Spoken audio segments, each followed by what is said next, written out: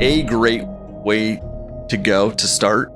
And probably the way I would start is a video podcast and then use AI to create other you don't have to have 135 pieces of content, but to create other content, because it's a great way. Number one, when I started the podcast, one surprising, unexpected benefit of it is because I had the platform, all the guests who came on my show, I actually got credited with their authority and their knowledge and their information and their trustworthiness because I have the platform. One of the best things I've ever done, which I didn't do intentionally, I just accidentally did it, but it just happened to be, I think, probably the right thing to do, was I was honest about my experience. So many people want to get on and show how successful they are and how successful they've been and how easy it was for them. Like,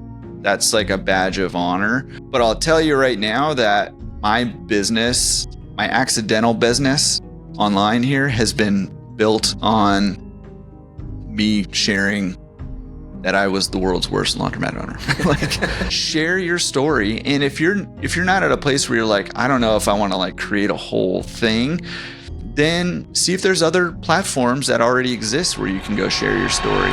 What's up, everybody, and welcome back to another episode of the Abundant Journey podcast. Thanks for hanging out with us today. Nick James, your host, with Nick Offenkamp, and we got a special guest, Jordan. You are hanging out with us today from California, recently introduced, and man, you got an awesome story. I love the time that we've spent together so far, but entrepreneur, real estate investor, podcaster yourself. So maybe you can teach us a few things as we're on today. But how are you? Thanks for hanging out with us, man. I'm doing great, man. Thanks for having me on, and looking forward to jumping into all that today with you guys. Oh man, absolutely. So we've gotten a little bit of a chance to know you, but of course our audience doesn't. Tell us who you are. What's a day in the life look like right now? Where you're living? What you're doing? Oh my gosh, there's a lot that goes into that. So, who am I? So I'm Jordan. I'm here in Southern California at the moment. Actually, also in escrow on a house in Hawaii. So, which actually will play into the story here in a little bit. Yeah. Kind of a little full circle moment potentially. I'm married, got 2 kids. I was a pastor for 15 years, and when it was time for me to transition out of that, I had this genius idea. I didn't have a plan on what to do, but I had this genius idea. Why don't we, at the time, my wife and I had 2 small kids here in Southern California. And I said, why don't we rent out our house in Hawaii and take the money we have in the bank and go buy a condo on the beach in Hawaii?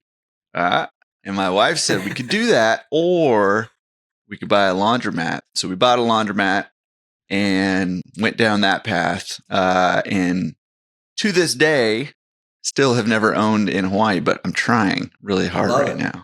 So we went the laundromat route, and glad to jump into that journey if you want to. But that's the path we went on, and it was a wild one for us. Yeah, I mean, I'd love to go down that path because as people are putting options on the table, it's not very often that it's choosing between a condo in Hawaii or a laundromat.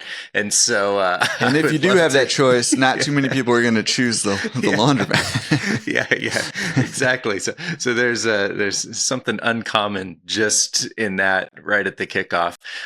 Would love to hear, like, how did the idea of laundromats even enter the atmosphere? It sounds like for your wife first. Yeah. Which, if you knew her, which I know you don't, but this is very uncharacteristic of her.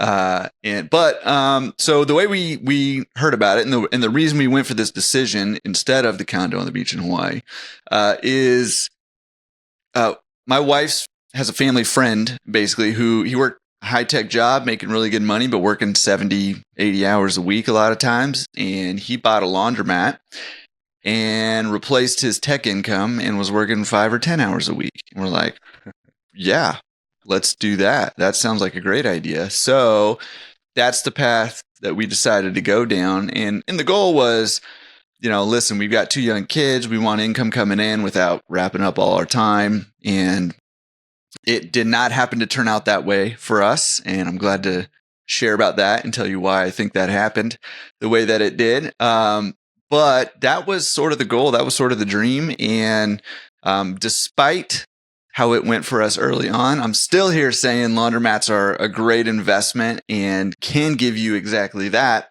as long as you buy them the right way the first time. And my story gets really discouraging there for a little bit. But I think that the fact that I'm still here saying laundromats are still a really great investment means something because of it. I think that's good. And I'm excited to get into that portion of your story as we've talked, because I think there's some huge lessons for people and just the reality of the dream and what's pitched versus reality. Before we go there, let's go back a little bit further. Pastor for 15 years, obviously freedom, financial freedom, time freedom sounds like it was a big goal for you guys. Is entrepreneur in your blood? Is that something that you were doing? Were you doing other side hustles while you were a pastor? What's the early years like, and what kind of got you going toward that direction? Yeah. I mean, literally no experience doing any, I knew, this is a big part of why things went the way it went for me is I knew nothing about business. I didn't know anything about laundromats. I did as much research as I could about laundromats, but there really wasn't a lot out there. This was over a decade ago now, and was not ever doing any side hustles. In fact, I was probably the world's worst real estate investor without knowing it, because I owned a condo in Mountain View, bought it 2008, right at the peak of the market. It was $530,000, which I thought was astronomical, and I thought there was no way it would ever get more expensive than that. Promptly dropped in price pretty dramatically. Sold it a few years later for $530,000, which is what I bought it for. 2 years later, Google put in a campus at the end of our street, and it was worth $1.2 million. So I've had a couple different things like that where I'm like, man, I'm really not good at this. But listen, I didn't know any of that stuff. And so I was not an entrepreneur. I don't have any entrepreneurs in our family. I've kind of been forging the path and have been feeling some of the pains of that in those early years of not really having any of that experience behind me, or knowledge base behind me. So yeah, it was, literally the only thing that propelled us in that direction was this friend who went that way. And we were like, yeah, let's try to do that. Personality trait there, though, because a lot of folks, they'll try their hand at real estate investing or at entrepreneurship, and the first time that things go sideways, they're like, well, I tried it. I guess that I suck at it. It's not for me.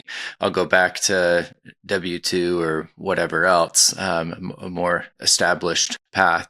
But for you, it sounds like you took your licks, and while not fun, you have persevered, and you certainly even alluded to that related to laundromats, of that it was not easy at the start. And so I am curious, maybe you can talk about where some of that comes from, this determination and drive to keep trying something when you've got a vision, even when it doesn't go according to plan. Yeah. Listen, we're all friends here now. Can I just That's right. be honest about all of that with you? Please. So, I think where that comes from. So when we bought, this kind of takes us into the laundromat, right? When we bought the laundromat, I was sold. Like I said, I didn't know very much. There wasn't very much out there, and I basically relied on the broker, who is one of the people whose income depended on me buying that laundromat, right? So not great from the offset. But I relied on that broker, and the broker sold me a dream that was never a possible reality, right? He said, hey, listen, you're going to buy this laundromat, you're going to retool it, put new equipment and stuff in it, renovate it, and it's just going to be a cash cow. Here's how much money it should make. And it was I don't remember what it was, $5,000 or $7,000 net or whatever it was at the time. And I was like, that is awesome. Let's do that. He said, listen, you're going to be redoing the place. You don't need to do any due diligence. We know it's just breaking even. It's not making money right now. and it turned out it was losing a whole bunch of money, not breaking even. And, so there was a whole bunch of things that stacked on top of each other. And so when we took over, it was losing money, and I was spending a ton of time, and the whole goal was money coming in without a lot of time because we got the young kids, and and so it was the exact opposite of what we were hoping for. And whenever, but one thing that I say is like frustration happens when your expectations are not met by reality, right? And it was that felt like the 1,000th degree, right? Like we were just frustrated, and it was hard. And here's kind of where I'm coming to the answer to your question here is there's a stat that floats out around there. I'm not sure exactly where it comes from, but the stat is 95% of all laundromats are successful.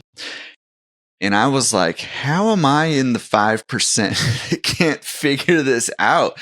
It just I couldn't comprehend this, and it didn't match with my perception of myself. Like I'm not ever in the 5% of like the bottom 5% of anything ever. And I will not do it. Right. So part of that perseverance was that, but because we're friends, honestly, the other part of it was,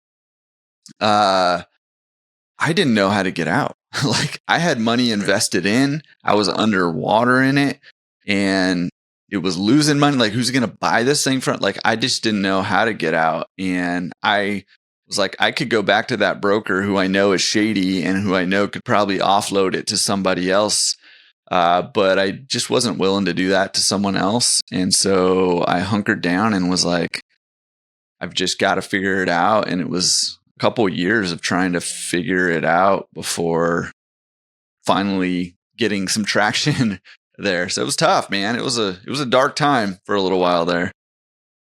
I appreciate that. I mean, that perseverance by pure necessity, sometimes where it's just like really perseverance and figuring it out is the only option or the best option. And it sounds like despite that being a dark couple of years, ultimately has proven to be a kind of life-altering, trajectory-changing period of life.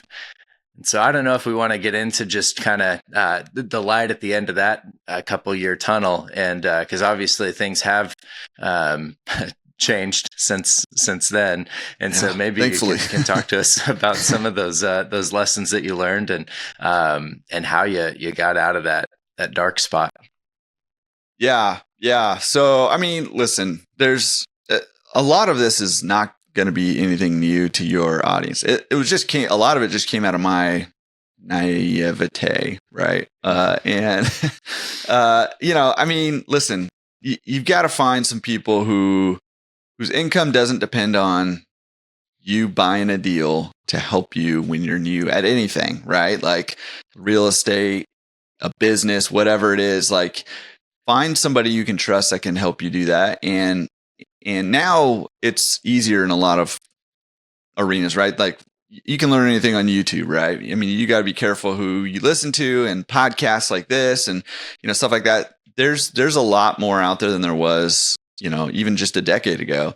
So that's helpful. The other thing that was a big takeaway for me is when I was losing money, I got scared and I did the exact opposite thing of what I should have done, which is I turtled up, and I was like, I am not spending money on marketing. I don't know if it's going to work. I don't know, if it's going to bring people in. I don't know enough to do it. And so I didn't do any of it. And because of that, because I was scared to put more money out there because I was already losing money, right? But because of that, I wasn't getting any new customers. And, it just kind of snowballed into itself. And, my particular situation was unique, and I don't want to scare anybody with this, but like also there was like a gang that I was kind of at war with, like in this, cause I'm in, this is in East LA over here.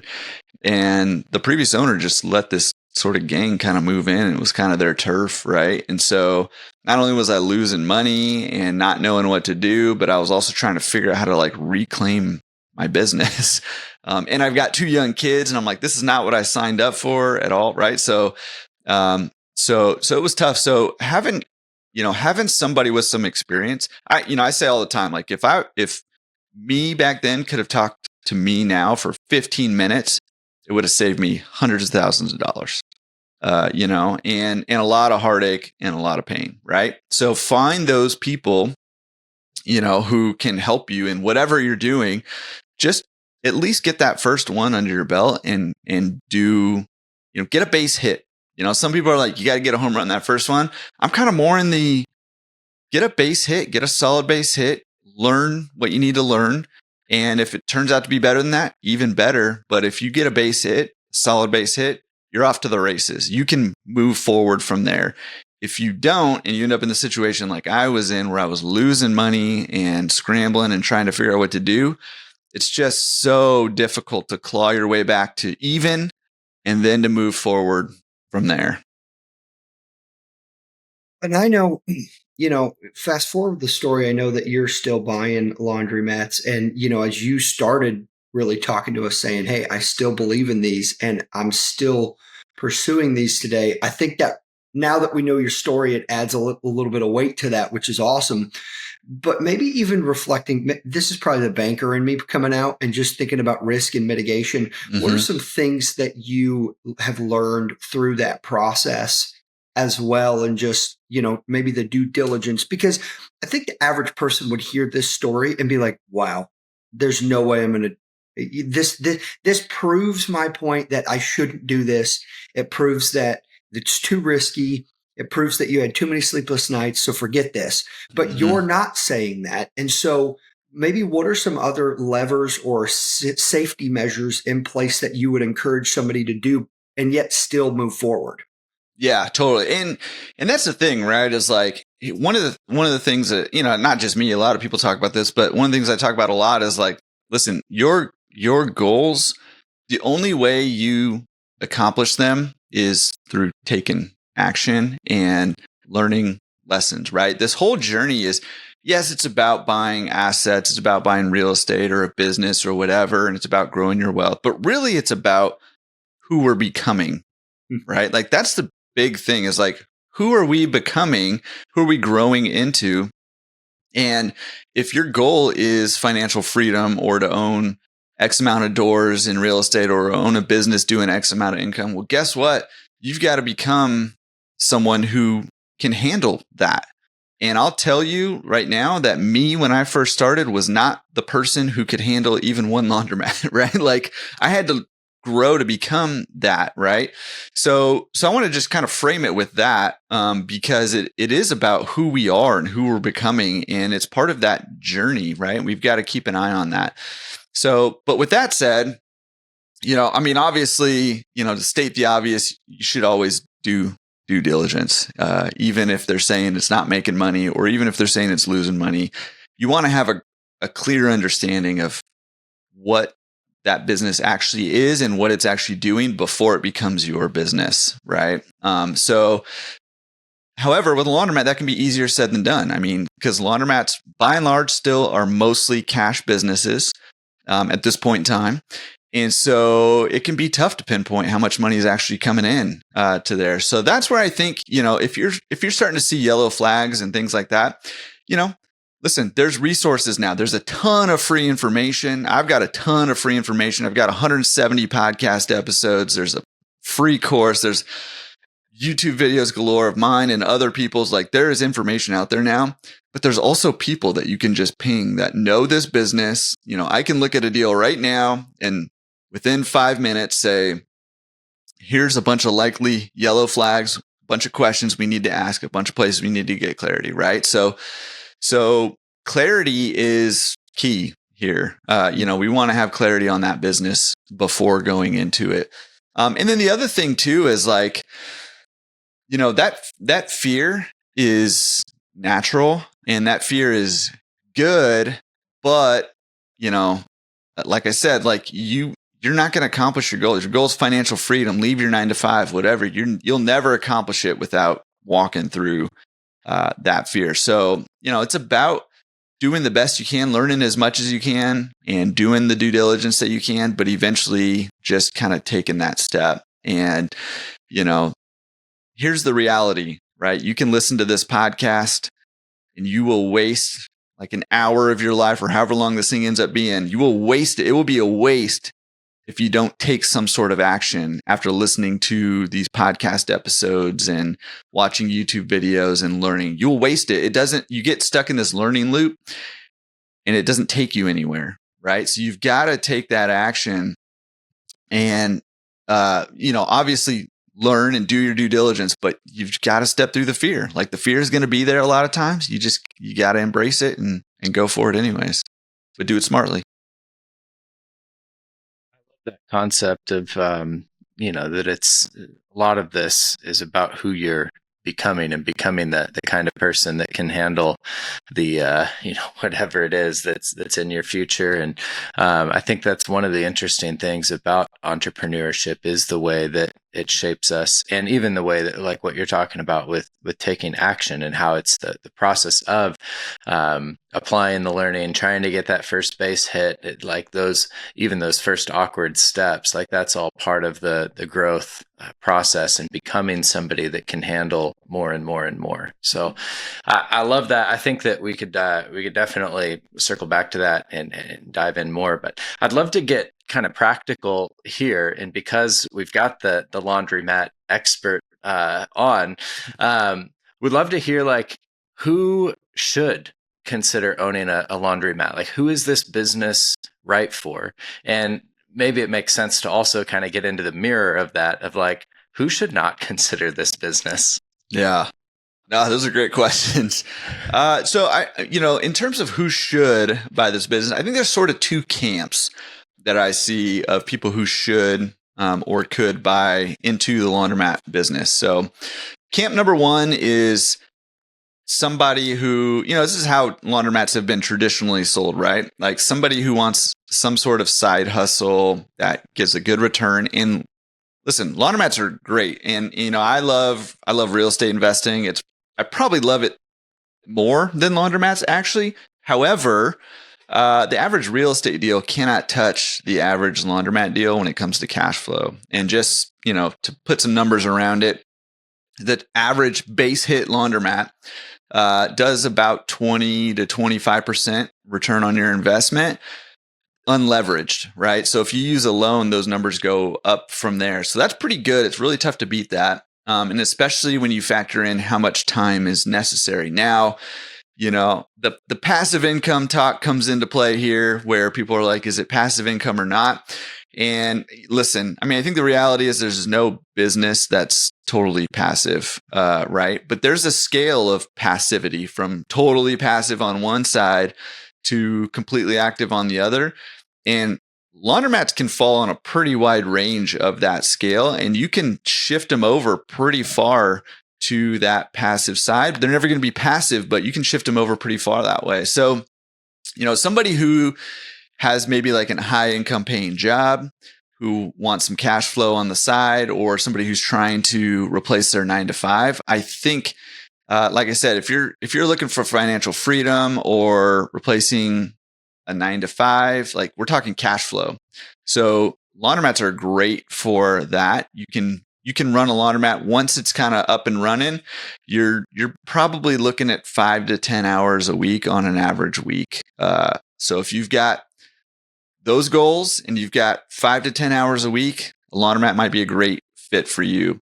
The other side, the other sort of category of people that this is right for is somebody who's interested, yes, maybe in leaving their 9 to 5, or who, it wants to build a business. Laundromats now are turning into bigger and bigger businesses here. And the way that that's happening is two different paths. And sometimes it's both, but either through scaling through a portfolio, which now technology has allowed us to own multiple. It used to be tough to own more than about 5 laundromats because you got to drive around collecting quarters and stuff. And now you can add digital payment systems, and you've got cameras, and you've got software helping you manage and all that, right? So scaling through a portfolio, or scaling through adding services. So that's like drop-off laundry or pick up and delivery laundry. And that side of the business is booming. And so a lot of laundromat owners are now turning their laundromats into laundry service centers, like full service laundry centers, right? Where you can come do your own laundry, or we'll do it for you, or we'll come pick it up from your doorstep and bring it back and do it, and then bring it back to you clean and folded, right? And that side is for, somebody who wants to build a business, right? And that probably is going to be more active, at least up front, until you hit a certain scale and you can hire some management and stuff like that, which people are doing in laundromats now. So that's an exciting kind of growth side of the business right now that we're seeing taking hold. And so I think if you fall into one of those two camps, laundromats might be a great fit for you. If you're in a camp where maybe you have a high income job, you've got no extra time, may not be the best fit for you, right? Like, it gets sold as passive income, but it's not passive income. Or you may just need to get creative on how you do it. Maybe you need to partner with somebody, operations partner or something like that, or invest in a fund, something like that, right? But owning a laundromat may not be right for you if you don't got that 5 or 10 hours, or your time is so valuable that 5 or 10 hours still just isn't worth it for the laundromat. Or one more category I'll just say, because it popped in my head. If you've got no money at all and you're trying to start, you actually can get into this business with no money or very little money. But I will say that it's the riskiest way to get in the business by far, because you just have no margin, and you've got to really leverage and or partner. And so there's a lot of risk associated with that, but you can do it. And people have done it and have been successful with it, but a lot of people have done it and have not been successful also. Well, and let's camp on that one for just a minute. Interestingly, because you said earlier, find either somebody who doesn't need this income as their primary source of income. And I know I think a lot of times in entrepreneur or real estate investing, we talk about these different paths of either like, you have the money, you have the time, you have the work, the ability to hustle. Sometimes you have only one or maybe two of those things. And so I'm wondering, have you seen people successfully do that, where it's like, hey, I want to find somebody who has the money and is looking for a vehicle to help build that extra cash flow. I have the energy, I have the ability to jump in and dedicate some of that time to helping scale and grow that. Do you see people do that successfully in partnerships? Yeah, I do. I do. I mean, it doesn't happen a ton, but it's happening more and more. I mean, I think the profile of laundromats has really grown a lot over the last few years, because of Cody Sanchez and Brandon Schlichter from Investment Joy and all those quarter collecting TikToks and all that, right? And I think more and more sophisticated investors are coming in, and those are typically, people who don't want to be in their laundromat running it, right? So I've seen that happen more. Like, I have a client right now who's looking to buy a laundromat in LA market here and doesn't want to run it, and he wants to have somebody kind of run it for him, right? So for sure, I see that happening. But they also want to partner with somebody that can make stuff happen, right? So it's about who you're becoming. It doesn't matter how you're getting into any business or it's about who you're becoming, right? So if you're looking to do that, it's not just going to fall in your lap. You got to go make it happen. If you're trying to come in with no money and be the operations, person, you got to go out there and do the work and become the person who can run a successful operation, which is not easy. But yes, it's happening for sure. Good point just about the rise in popularity of laundromats. And it's interesting that, you came across this a decade or more ago and have been, in a lot of ways, through the media and things that you've created, kind of part of that, like Cody Sanchez raising the awareness of this amazing opportunity. Yeah. Well, still, you're there. You're helping folks. But I'm curious just what you've seen change in the market as more of a spotlight has been shined upon laundromats. Are you seeing that the valuations of these businesses are going up, that it's becoming more difficult for people to enter the market? Or does it seem like there's still quite a bit of a runway for folks to enter into the laundromat business? Yeah, kind of both, actually. So we've definitely seen valuations go up, especially over the last maybe 2 or 3 years. So typically the average, so the way a laundromat's valued is you've got your net operating income, and then you apply a multiple to that, right? And then that's the value of the laundromat. So typically the value or the multiple has been in the like 3.5 to 5 times the net income range. But I've seen, I just a couple months ago, I just crossed over 1,000 consulting calls. I've got 6 today, right? So I'm looking at laundromats all over the place, all day long, and all over the country, in Canada, in Europe, and in Australia. Mostly, that's where I'm looking, right? But I'm seeing them all over the place, right? And so what I've seen is valuations have gone from that 3.5 to 5, and on average, tend to be more like 4.5 to 5.5 right now. So they've definitely shifted up. You can get them for less and you can get them for more, but on average, maybe 4.5 to 5.5. So we've definitely seen valuations shift up. The other thing that we've seen that probably plays into this a little bit is it is harder to find laundromats for sale now than it was even like 3 or 4 years ago. There's just more demand than there is supply. Although this is very early, but I was just thinking this yesterday. I was like, I'm starting to see more of my consulting clients find laundromats a little bit quicker. So I don't know. It's still early to say the market's loosening up right now, but maybe it could just be a coincidence that they're finding stuff. Or maybe we're honing in on the right methods. That's what I'd like to think. But it has taken on average, I think, a little bit longer to find those deals. And probably because of that and other things, valuations have gone up a little bit.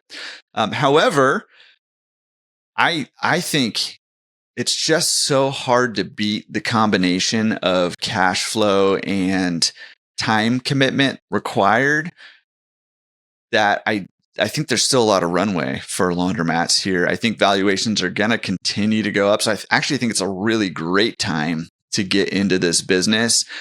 We haven't seen any big roll-ups yet of laundromats, but I think we will. We've got the technology now. The big challenge there is being able to buy bunches of them quick enough. But I think somebody's going to figure it out. If it's not me, it'll be somebody.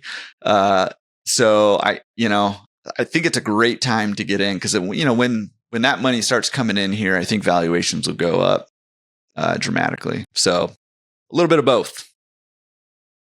In a minute, I want to shift more back to your story and going from laundromat owner to consultant in your journey, as you're saying, who you need to become. Before that, I had one other question. Mm-hmm. You had mentioned, there are some folks who are starting to say, hey, I want to own multiple.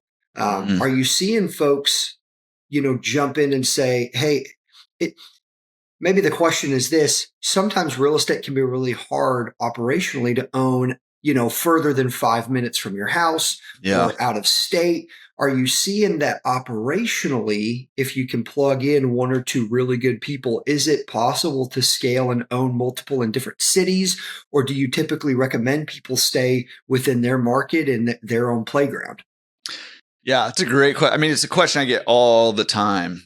So to answer your question, it's usually better to have it closer, right? So like that's the ideal scenario, number one, especially early on, you're learning the business. You've got to learn the operations. If you have employees, you've got to get to know them and train them how you want them to, to behave, and you got to create the culture, right? And create the systems and processes if they're not there.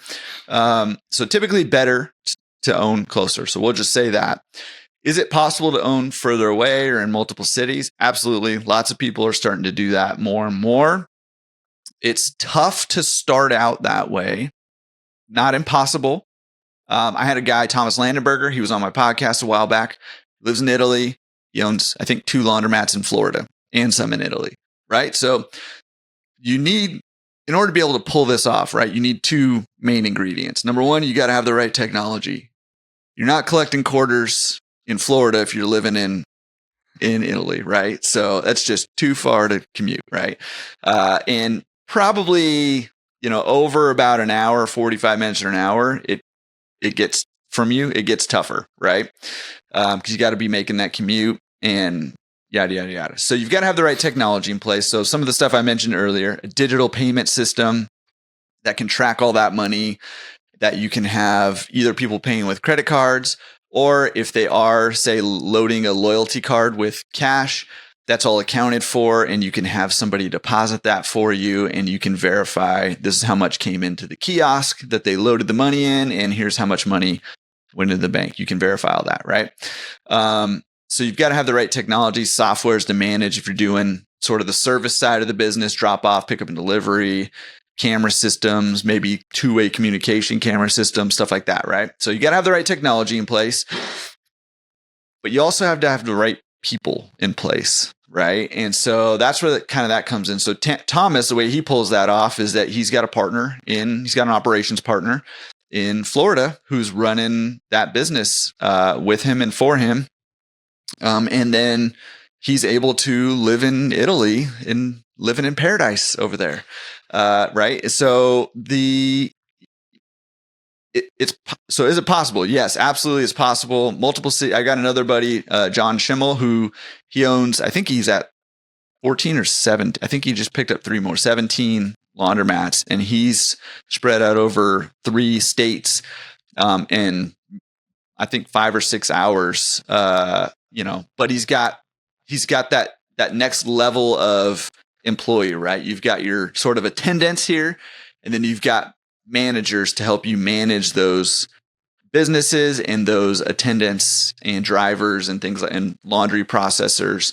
And then there gets to be another level where you've got like a regional manager who's helping you manage all the managers, right? So your org chart has to scale with your business if you're going to kind of go over multiple areas and further away there. And that's one of the big hurdles too, right? You've got, if I want to own in, Florida myself, I've got to have enough income coming in to have that next level. I don't want a minimum wage employee managing my business for me, I guess is what I'm trying to say, right? Yep. So it's got to be a big enough deal to make it worthwhile. It's so wild to me. Like, I mean, not to overstate it, but just thinking about laundromats and the conception that I had of them, as a kid and even into my 20s, where I'd never would have thought that they would be profitable, kind of the ultimate like mom and pop business. And so then to think that there's these levels of sophistication now in this market is pretty remarkable. Maybe just one more question that's kind of on the practical note. It's got me thinking. So certainly there is the buying of the existing laundromat. Mm-hmm. What are you seeing in terms of the market where people are like, I'm just going to create a new one? There's a new strip mall. There's a spot there I can lease space and put in machines. Is that a common thing that you're seeing happening or advising your clients on? Yeah, actually, we're just about to launch a whole program to help people do exactly that, because there's a lot of opportunity out there, but there's things that have to fall in place. And if most people who are building or buying a laundromat are doing it for the first time, right?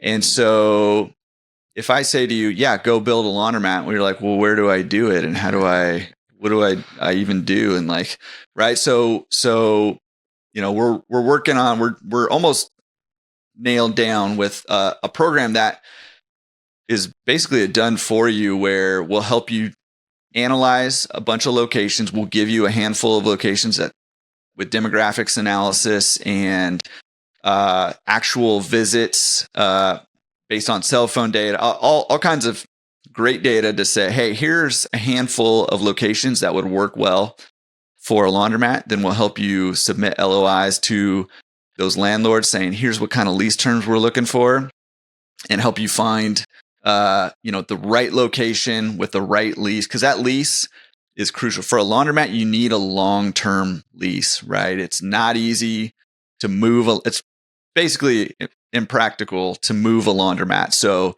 you've got to have a long-term lease in order to have business security. So we're looking at probably 20 to 25 years on that lease. So you want to have a solid lease, right? So we'll help you submit LOIs to those landlords to help you get that lease. And then we help you manage sort of the build out, because there's a lot of things that need to happen for a build out, right? Because you've got to have the right size water pipe coming in. You've got to have, the right electrical panels, right size electrical panels, coming in. You've got to have the right layout. You've got to have the right machine mix. You've got to have the right ventilation for your dryers. And there's a lot that goes into it that you would just never know if you were never in this business, right? And so we kind of help manage all of that. But yes, it's a super viable business model right now because of a couple of reasons. So number one, as we kind of expand and sprawl out a little bit more, there's new locations that become viable for that. But also,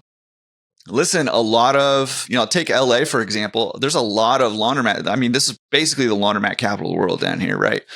But a lot of these locations are small and old and don't, they're what we call zombie mats, which is basically a fixer-upper laundromat, right? And it's what most people think of when they think of laundromats, like half the machines are broken, homeless guys sleeping in the back and lights flickering, right? Like there's so many of those where you could come in and put in a brand new, larger laundromat and serve that community well and do very well, business-wise too.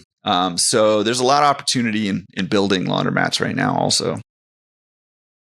Love that. And I think that is an awesome opportunity for folks to jump in. Again, you got to have the right people around you. You got to know the right questions to ask to make sure it's going to be a good investment.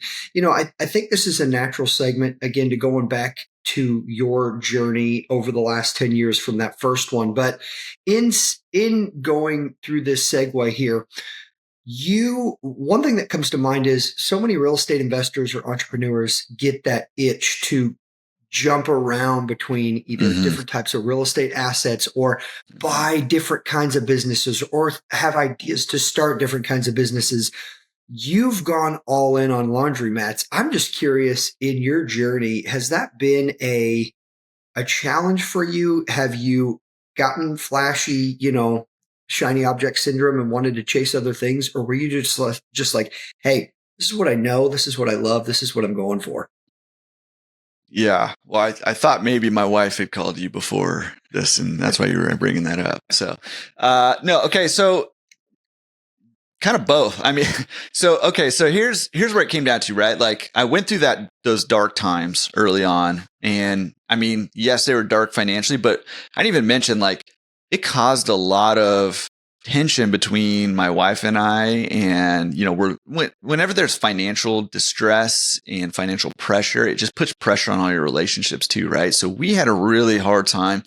Got to a point where like I was consumed with trying to figure out this laundromat, and she was overwhelmed and could not talk about the laundromat. And so it was dark between us because I was like, I don't have anything to talk about except for how the heck do we get this laundromat operating? And she's like, we'll talk about anything other than this laundromat that's ruining our lives, right?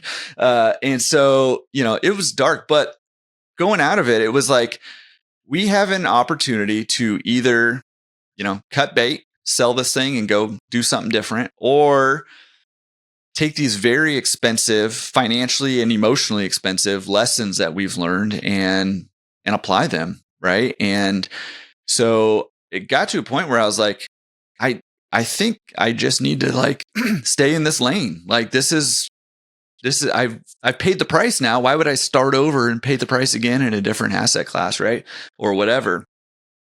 So that's why I've kind of remained constant however, again, because we're friends, listen, I suffer from shiny object syndrome as much, if not more, than the next guy. And I have joined, masterminds. I'm in GoBundance, which, speak of shine. Everybody's doing something awesome in this mastermind group. And I'm like, that's awesome. I want to do that. And that's awesome. And I want to do that. Right. And literally 2 months ago, I was looking to buy a production studio, and all my friends were like, why are you doing that? I'm like, I don't know, but I really want it, but I didn't buy it. And I'm trying to stay in that lane. Right. So, because, and it's tough for me because I'm not like do this. I think, one of the things I struggled with on the operations side of laundromats is once you get it running, it's really just all about maintaining and keeping a consistent experience, sort of that franchise e-myth, model where you just keep a consistent positive experience, and doing the same thing every day is just not I think a lot of it's not in our wheelhouse. Right. And so that's a struggle for me. But I also acknowledge that, I think success just comes from doing the same thing for a really long time. Right. And so, I try to balance that and try to find little outlets for the shiny object that aren't going to really detract me from what I'm actually doing. Well, I'd love to hear about the just how you've been building out this course consulting. I mean, you've gone from just being the laundromat business owner operator to now you're helping people, like you said, not just all over the country, but really all over the world in this business. And so would love to just hear how that opportunity came to be and what the vision is behind that. Yeah. Yeah. I kind of half joke, but maybe not a half joke, is like going from world's worst laundromat owner to here I'm on your podcast saying, go buy a laundromat. Laundromat guru of sorts. Yeah.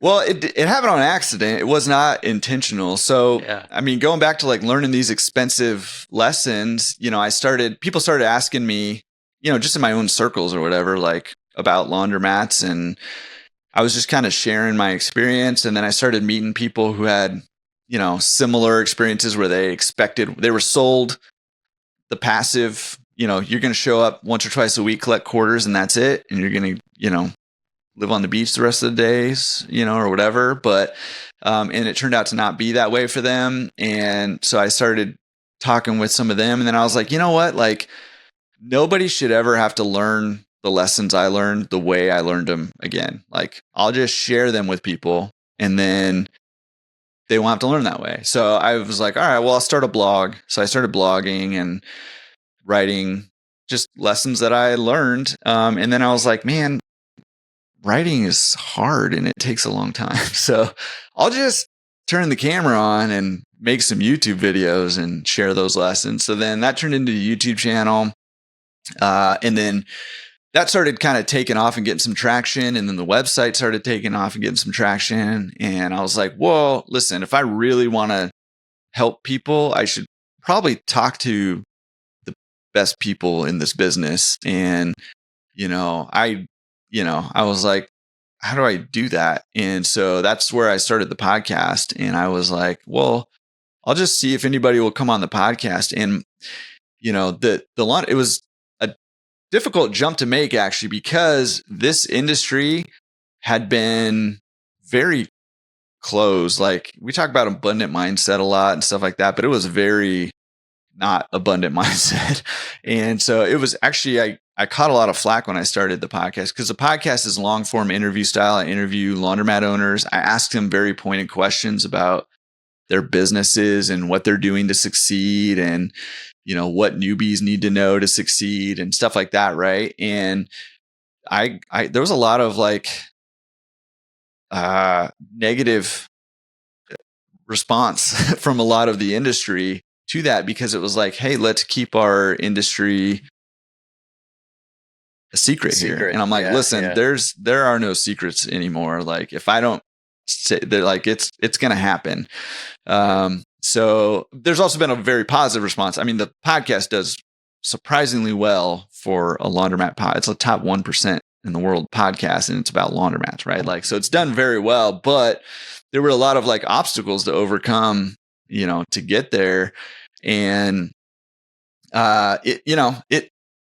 it sort of just kind of happened like that. And, in terms of the consulting, like people started asking me like, hey, can I ask you some questions? So I just set up like a Calendly link or whatever. And for a year and a half, I did free consulting, and I did that until I couldn't anymore because I was getting, 20 to 25, sometimes even more than that, of these calls every single week where I was doing these free calls. And I was like, that's my whole week. I can't do it anymore. So I started charging for that. And then I started realizing there's a ton of power in bringing people together. So then that's where the community kind of came together.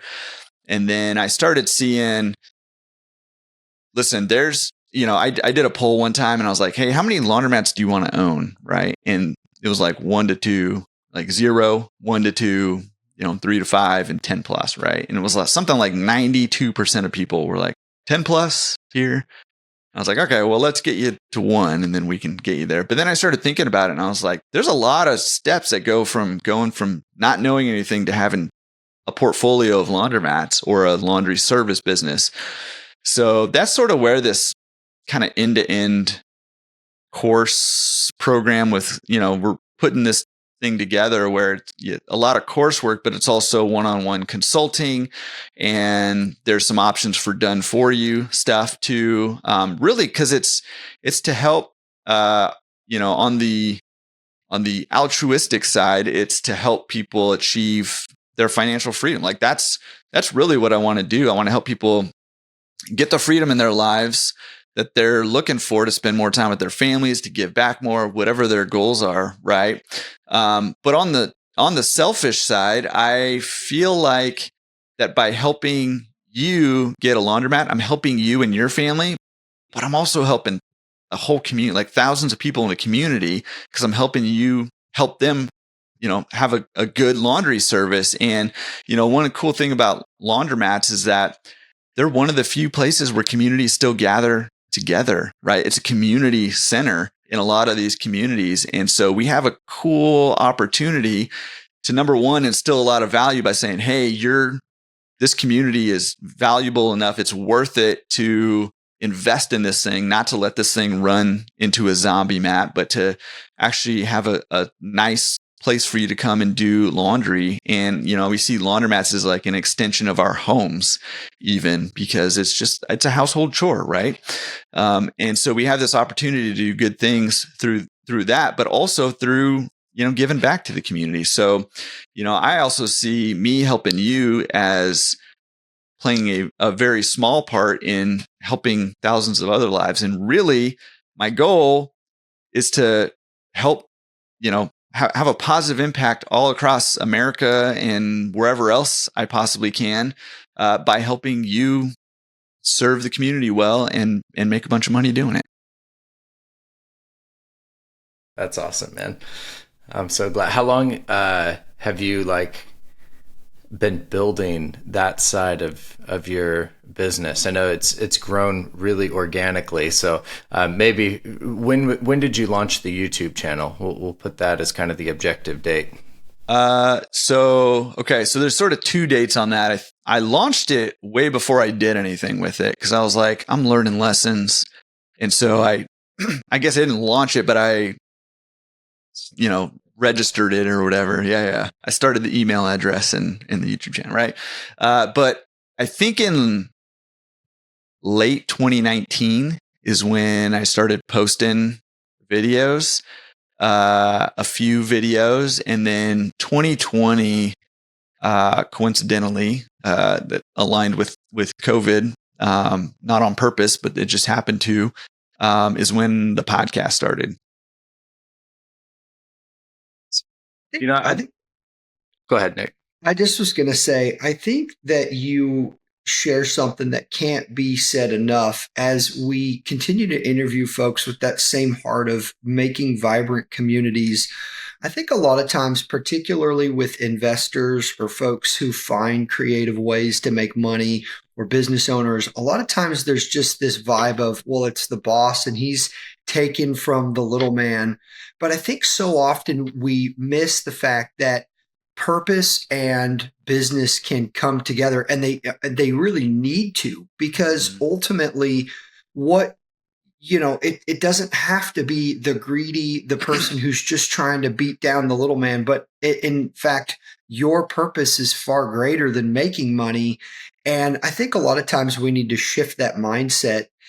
As business owners, we need to shift that mindset with employees, with the community, and really understand that, as we can get in and make a difference in the community and make a difference in people's lives, not only are we benefiting our families, but also we're benefiting those around us. And that's, I think, the ultimate purpose of business.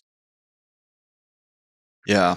Well, and I think you're absolutely right. And I would say it would be tough if the main motivation was money. It would be tough to persevere. Like, you guys know, like doing 170 podcasts is a lot of work and a lot of time and a lot of effort, and making videos is a lot of time and effort, and writing blogs, and even just doing consulting calls is like, I'm going to be beat by the end of the day today, right? Like it's tiring, it's exhausting. And, I for sure would not. And I've gotten to the point where I'm like, do I keep doing this or should I just let it go? Cause I don't have to do it.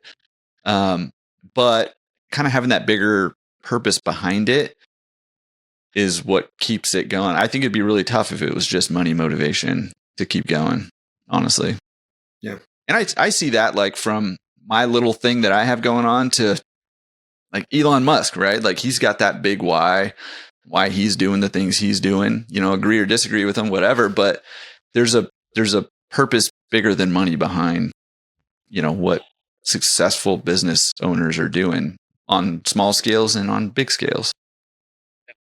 No, I love the mission there, and just tied towards both improving the lives of individuals, the business owners, as well as seeing the opportunity to improve communities, and can definitely feel how that drives what you're doing beyond simply monetary gain. Maybe before we transition to the last segment of the show with these golden nugget questions, just on the content creation piece, you alluded to the fact of like creating around this hyper niche of laundromats, and who would have ever thought that a podcast about laundromats would make it into the top 1%.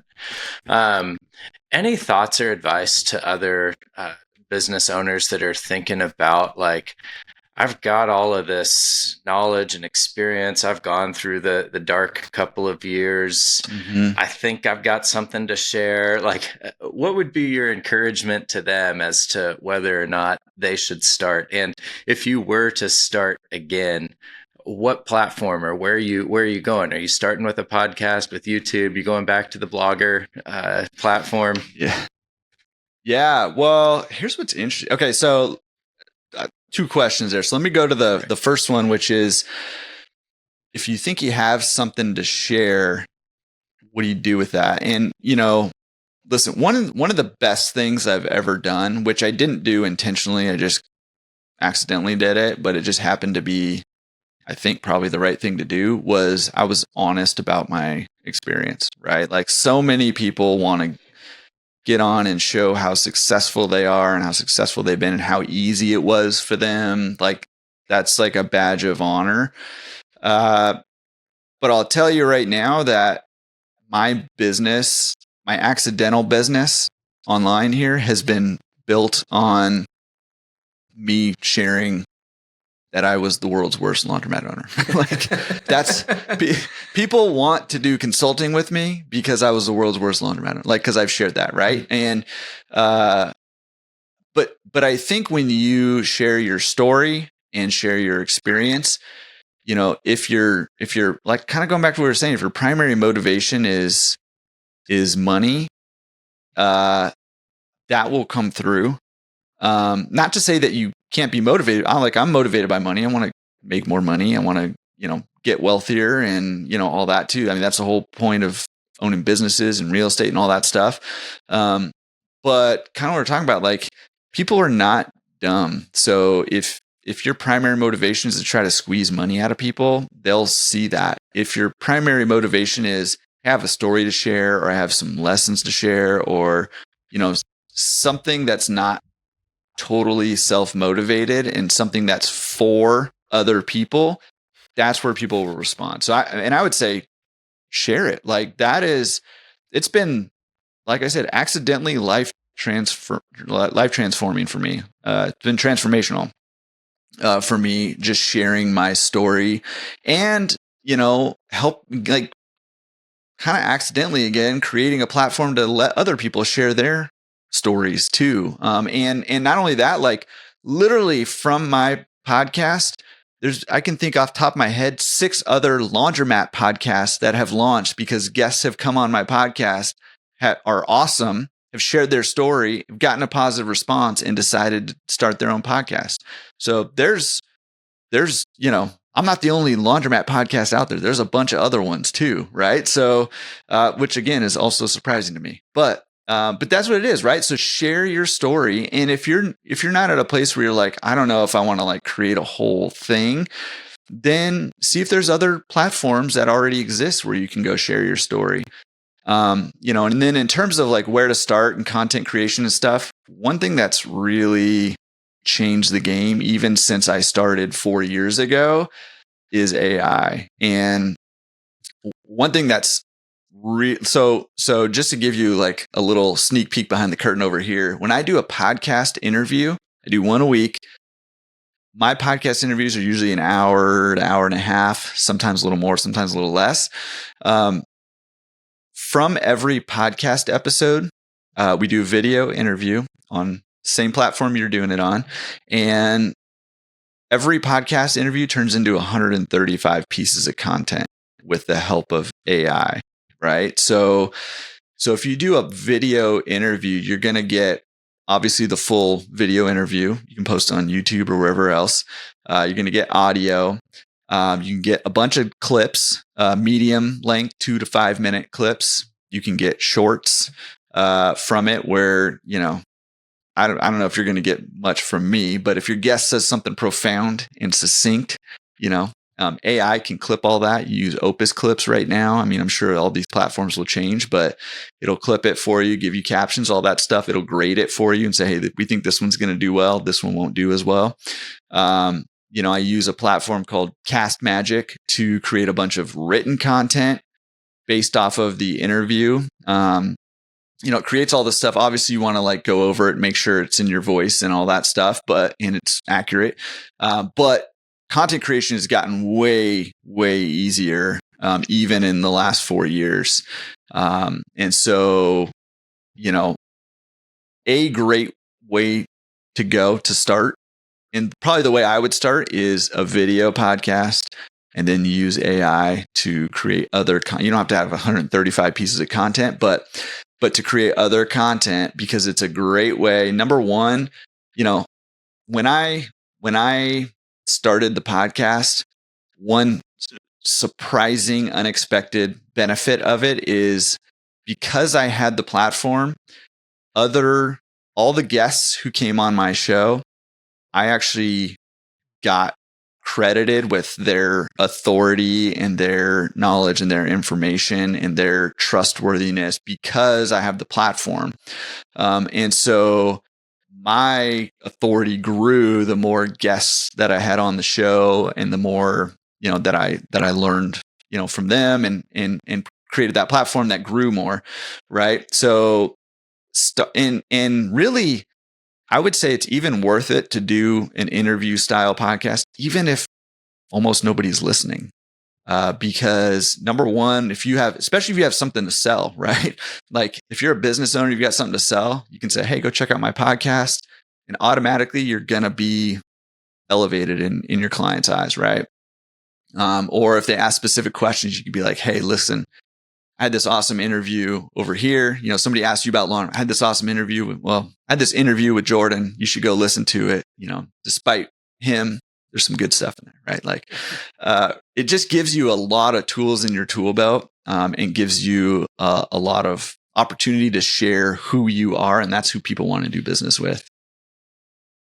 think we found that similar with our experience in this podcast, but I would point people back to what you said earlier. It starts with taking that action, and you have to be willing to put yourself out there. You have to be willing to start, and everybody gets better as they go. I mean, you're 170, and I'm sure episodes 1 through 5 are quite different than episode 170. And, so take the action, take the steps. That's awesome, man.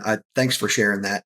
Let's transition here to those golden nugget questions, the same stuff we ask all of our guests, and eager to hear some of the things you got to say. So first one is the 5 F's of abundant journey. We talk about how abundance is more than just money in the bank account. Oftentimes it all connects with family, faith, fitness, finance, and future. What's one of those F's you're working on for the rest of this year and into next year on growing? Well, I mean, fitness is always sort of a main pillar of mine. So I did, in April I did an Ironman, second one there, did an Ironman, and then a week later, my buddy did the Cocodona 250, which is 250-mile trail race. And he was allowed to have a pacer. So I did about 100 of those 250 miles with him. I have no idea how he did 250, but so that was, I'm always kind of working on fitness. And then also, along with exercising is nutrition, right? And my nutrition plan is what I call sugarless pesca vegan. So I'm vegan plus fish, no like added sugar stuff, which actually is the hardest part of that. As a former, listen, my favorite restaurant is Wiener Schnitzel, and I would get the chili dog, chili fries, chili burger meal. That's like with the Mountain Dew, right? Like that's the go-to meal. If I'm ever on death row, that's what I'm getting. That's what it is. But, listen, like all the men in my family, my dad died at 62, heart attack. His dad died at 58, like 62 is the top end right now. And, it may not be up to me, but as far as it's up to me, I'm going to do whatever I can to kind of be around for my family and my kids and myself. And so really a big focus is on staying as healthy as I can, as long as I can there. So I love that. I have to rabbit trail for just a second. I between 35 consulting calls, a podcast a week, multiple laundromats, family man. Yeah. Nick, you were doing Ironman for training for a while, and the amount of time that takes. Jordan, were you waking up? Do you wake up at 3 a.m. to train? I mean, when do you find time to do that? That's tough, especially when it comes down to, you're coming up to it. Your training gets long and hard, and your weekends are shot. And I try waking up early, and I just can't do it. So I usually end up doing my exercise at like 8 or 9 o'clock at night. I'll do a lot of like treadmill, like during the week. There's a lot of like interval training and stuff like that. I'll do a lot of like treadmill and indoor bike trainer. And then on the weekends for the longer stuff, I'll be outside. But it's tough, and it's a sacrifice for me, obviously time, but it's also a sacrifice for the family because they just know I'm in the other room sweating on the bike, or I'm at the gym sweating on the treadmill every night, basically. And it's kind of nonstop for a while there. Well, I don't know if, this may end up being misleading, but maybe we should label this podcast From Wiener Schnitzel Addict to Ironman Enthusiast, something like that. It probably won't cover the content of what we've talked about today, but it sounds good. They'd be accurate, though. I mean, whatever listeners we capture with that title, we'll be sorely disappointed, but... Oh man! Next one here on the Golden Nuggets. What's a quote from a book or mentor that has stuck with you along your journey? Yeah, man. There's so many good ones, but with my kids now my son's 13, my daughter is about to turn 11 in a couple weeks here, and I think one of the things, so last year we had a little bit of a tough time with my daughter's teacher. She,